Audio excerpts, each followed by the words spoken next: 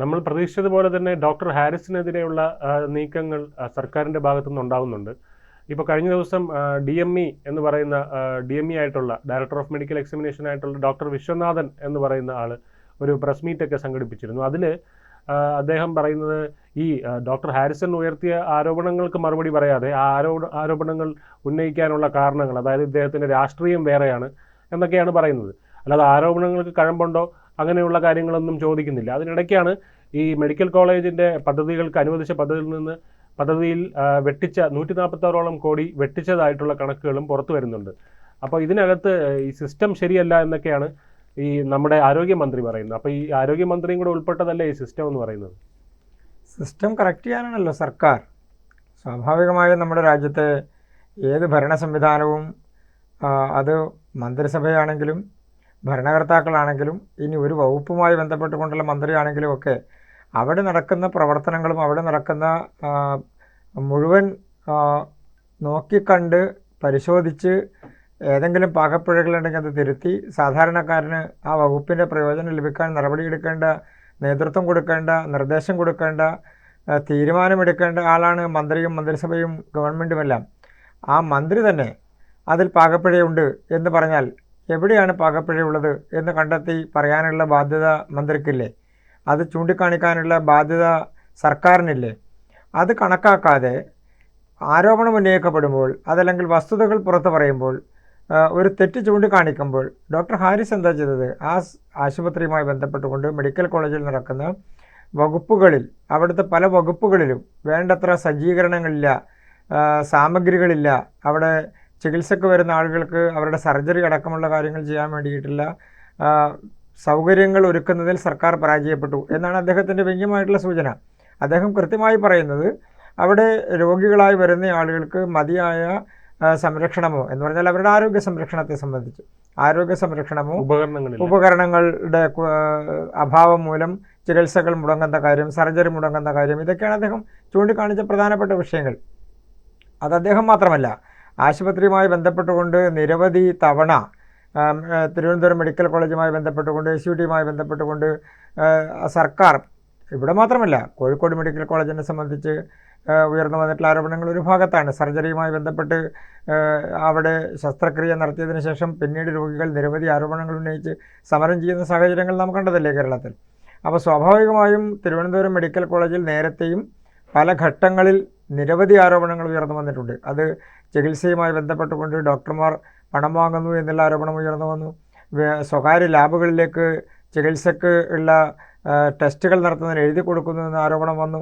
അപ്പം medical college കേന്ദ്രീകരിച്ചുകൊണ്ട് ഏതെങ്കിലും തരത്തിലുള്ള തെറ്റായിട്ടുള്ള പ്രവർത്തനങ്ങൾ ക്രോഡീകരിക്കുന്ന ഒരു സംഘമുണ്ടോ എന്നുള്ളത് സർക്കാരാണ് പരിശോധിച്ച് നടപടിയെടുക്കേണ്ടത്. അതിന് ഉത്തരവാദിത്തപ്പെട്ട ആളുകൾക്ക് അവരോടൊപ്പം നിന്നുകൊണ്ട് പ്രവർത്തിക്കുന്ന ആളുകൾ അതിൻ്റെ ഭാഗമാണോ എന്ന് കാണിക്കണ്ടേ, അല്ലെങ്കിൽ കണക്കാക്കി നടപടിയെടുക്കണ്ടേ? അപ്പം അങ്ങ് സൂചിപ്പിച്ചതുപോലെ ഡോക്ടർ ഒരു ആരോപണം ഉന്നയിക്കുമ്പോൾ, ഡോക്ടർ ഹാരിസ് ഒരു ആരോപണം ഉന്നയിക്കുമ്പോൾ അദ്ദേഹത്തെ രാഷ്ട്രീയപരമായും ഭരണപരമായും ഡിപ്പാർട്ട്മെൻറ്റലായിട്ടുമൊക്കെ അദ്ദേഹത്തെ ഭീഷണിപ്പെടുത്താനുള്ളൊരു ശ്രമമാണ് മറുഭാഗത്തു നിന്ന് നടക്കുന്നത്. അപ്പോൾ രാഷ്ട്രീയപരമായി അദ്ദേഹത്തിനെ എന്തിനാണ് ഭീഷണിപ്പെടുത്തുന്നത്? യാഥാർത്ഥ്യങ്ങൾ പുറത്തു വരരുത്, അല്ലെങ്കിൽ മെഡിക്കൽ കോളേജിൽ നടക്കുന്ന ഏതെങ്കിലും തെറ്റായിട്ടുള്ള പ്രവർത്തനങ്ങൾ പുറത്തു വരരുത്, രോഗികൾക്ക് കൃത്യമായ ചികിത്സ കിട്ടാനുള്ള അവിടുത്തെ ഉപകരണങ്ങളുടെ എന്തെങ്കിലും അഭാവമുണ്ട് എന്നുള്ളത് നാളെയും ചർച്ചയാകരുത്. അപ്പോൾ ആ തരത്തിൽ സർക്കാരിൻ്റെ കെടുകാര്യസ്ഥതയോ അല്ലെങ്കിൽ ആ വകുപ്പിൻ്റെ കെടുകാര്യസ്ഥതയോ അല്ലെങ്കിൽ മെഡിക്കൽ കോളേജിൻ്റെ ഭരണം നടത്തുന്ന സംവിധാനത്തിൽ കെടുകാര്യസ്ഥതയുണ്ടെങ്കിൽ അതൊന്നും പുറത്തു വരരുത് എന്ന് കാണുന്ന ആളുകളിലെ ആരോപണം ഉന്നയിക്കുന്നതും അതുമായി ബന്ധപ്പെട്ടുകൊണ്ട് അഭാവം ചൂണ്ടിക്കാണിക്കുന്ന ആളുകൾക്കെതിരെ നടപടി വേണമെന്ന് ആവശ്യപ്പെടുന്നതും അവരെ തിരസ്കരിക്കണമെന്ന് ആവശ്യപ്പെടുന്നതൊക്കെ ആ വിഭാഗത്തിൻ്റെ ഭാഗമാണ്. ഇപ്പോൾ കേരളത്തിൽ ആരോഗ്യവകുപ്പ്, നമ്മൾ കേരളം നമ്പർ 1 ആണ്, കേരളത്തിന് ഏറ്റവും സുപ്രധാനമായിട്ടുള്ള ആരോഗ്യ മേഖലയിൽ വികസനമുണ്ടായിട്ടുണ്ട് എന്നൊക്കെ പറയുമ്പോൾ കേരളത്തിൻ്റെ ആരോഗ്യ മേഖലയുടെ സംരക്ഷണത്തിന് വേണ്ടി കേന്ദ്ര ഗവൺമെൻറ് കൊടുക്കുന്ന ഫണ്ട് മുഴുവനെ ഉപയോഗിക്കുന്നുണ്ടോ എന്നുള്ളത് പരിശോധിക്കപ്പെടണം. ഫണ്ട് ലാപ്സായി പോകുന്നുണ്ടോ എന്നുള്ളത് പരിശോധിക്കപ്പെടണം. എയിംസിന് സ്ഥലം കണ്ടെത്താൻ കേരളത്തിൽ എത്രയോ കാലങ്ങളായി നാം ആവശ്യപ്പെടുന്ന ഒരു പ്രധാനപ്പെട്ട വിഷയമാണ് എയിംസ് കൊണ്ടുവരണം എന്നുള്ളത്. എയിംസ് കൊണ്ടുവരണമെങ്കിൽ അത് എവിടെ കൊണ്ടുവരണം, ഏത് സ്ഥലത്ത് കൊണ്ടുവരണം എന്നുള്ളത് പരിശോധിച്ച് സർക്കാർ അതിനുള്ള സ്ഥലം കണ്ടെത്തി കൊടുക്കണ്ടേ? കേന്ദ്ര ആരോഗ്യ വകുപ്പ് മന്ത്രി നമ്മൾ മനസ്സിലാക്കുന്നതനുസരിച്ച് കേരളത്തോട് സ്ഥലം കണ്ടെത്തി കൊടുത്താൽ എയിംസ് കൊണ്ടുവരാനുള്ള നടപടികളുമായി കേന്ദ്ര ഗവൺമെൻറ് മുന്നോട്ട് പോകാം എന്നുള്ള പരസ്യമായിട്ടുള്ള അദ്ദേഹത്തിൻ്റെ അനുവാദം അതല്ലെങ്കിൽ സർക്കാരിൻ്റെ ഒരു മനോഭാവം കേന്ദ്ര ഗവൺമെൻറ് പ്രഖ്യാപിച്ചിട്ടുണ്ട്. അപ്പോൾ അത് കേരളത്തിന് നേടിയെടുക്കണമെങ്കിൽ അത് തിരുവനന്തപുരത്ത് വേണമോ, എറണാകുളത്ത് വേണമോ, പാലക്കാട് വേണമോ, കോഴിക്കോട് വേണമോ, തിരുവനന്തപുരത്ത് വേണമോ എന്നൊക്കെയുള്ളത് സർക്കാരാണ് തീരുമാനിക്കേണ്ടത്. അതിൻ്റെ സാഹചര്യം കണ്ടെത്തി എവിടെയാണോ കൂടുതൽ ജനങ്ങൾക്ക് അപ്രോച്ച് ചെയ്യാൻ കഴിയുന്നൊരു സ്ഥലമുള്ളത് അല്ലെങ്കിൽ മെഡിക്കൽ അറ്റൻഷൻ ഏറ്റവും കൂടുതൽ ആവശ്യമുള്ളത് ആ സ്ഥലത്തത് കൊണ്ടുവരാനുള്ള ശ്രമം നടത്തണ്ടേ. സർക്കാർ അതിൽ പരാജയപ്പെടുകയാണ്. ഇല്ലെങ്കിൽ കൃത്യമായി കേന്ദ്ര ഗവൺമെന്റിനെ ബോധ്യപ്പെടുത്തിയത് കൊണ്ടുവരാനുള്ള അവരൊരു മുഖം തിരിച്ചു നിൽക്കുന്നത് കേരള സർക്കാർ അതിനോട്. കേരള ഗവൺമെന്റ് പലപ്പോഴും ഈ സർക്കാരിന്റെ നയവൈകല്യം കൊണ്ട് പല പ്രധാനപ്പെട്ട കേന്ദ്ര പദ്ധതികളും വേണ്ട, അതല്ലെങ്കിൽ അതിവിടെ നടപ്പാക്കാൻ കഴിയില്ല, തങ്ങൾക്ക് അതിന് നടപ്പാക്കാനുള്ള സൗകര്യമില്ല എന്നുള്ളൊരു രാഷ്ട്രീയ നിലപാടാണ് ഒരു ഭാഗത്ത് സ്വീകരിക്കുന്നത്. ഇപ്പോൾ PM ശ്രീ പദ്ധതി കൊണ്ടുവരുന്നു കേന്ദ്ര ഗവൺമെൻറ്, NEP നടപ്പാക്കുന്നു. അതൊക്കെ കേരളത്തിന് വേണ്ട എന്ന് പറയുമ്പോൾ അടിസ്ഥാന വിദ്യാഭ്യാസ സൗകര്യ വികസനത്തിൻ്റെ ഭാഗമായിട്ടുള്ള പദ്ധതികളുടെ ഫണ്ട് വകയിരുത്തുന്നത് കേരളത്തിന് അതിൻ്റെ വിഹിതം വേണ്ട എന്ന് വെക്കുന്നതിന് തുല്യമല്ലേ? അത് സാധാരണക്കാരന് കിട്ടേണ്ട ഫെസിലിറ്റിയാണ് ഇല്ലാതെയാകുന്നത്.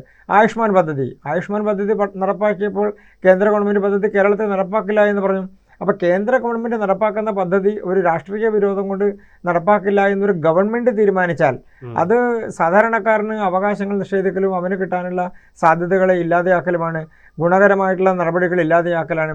ഇപ്പോൾ തിരുവനന്തപുരം ആശുപത്രിയുമായി ബന്ധപ്പെട്ടുകൊണ്ട്, മെഡിക്കൽ കോളേജുമായി ബന്ധപ്പെട്ടുകൊണ്ടെല്ലാം ഉയർന്നു വരുന്ന പ്രധാനപ്പെട്ട വിഷയങ്ങൾ ഇന്ന് മാത്രമല്ല ചർച്ചയായിട്ടുള്ളത്, എത്രയോ ഘട്ടങ്ങളിൽ ഇതുമായി ബന്ധപ്പെട്ടുകൊണ്ടുള്ള വിഷയങ്ങൾ ചർച്ചയായിട്ടുണ്ട്. ഇപ്പോൾ കോവിഡ് കാലഘട്ടത്തിൽ കേരളത്തിൽ അന്ന് എല്ലാ വിഭാഗം ജനങ്ങളും സർക്കാരിനെ പിന്തുണച്ചുകൊണ്ട് കോവിഡിനെ പ്രതിരോധിക്കാൻ വേണ്ടിയിട്ടുള്ള പ്രവർത്തനങ്ങൾ നടത്തുമ്പോൾ പിന്നീട് നാം കുറച്ച് കഴിഞ്ഞപ്പോൾ കേട്ടത് കോവിഡിൻ്റെ മറവിൽ നടന്നിട്ടുള്ള അഴിമതികളുമായി ബന്ധപ്പെട്ടുകൊണ്ടുള്ള കാര്യങ്ങളാണ്. അതിൻ്റെ PPE കിറ്റ് വാങ്ങുന്നതുമായി ബന്ധപ്പെട്ട് എത്രയോ വലിയ ആരോപണങ്ങൾ ഉയർന്നു വന്നു.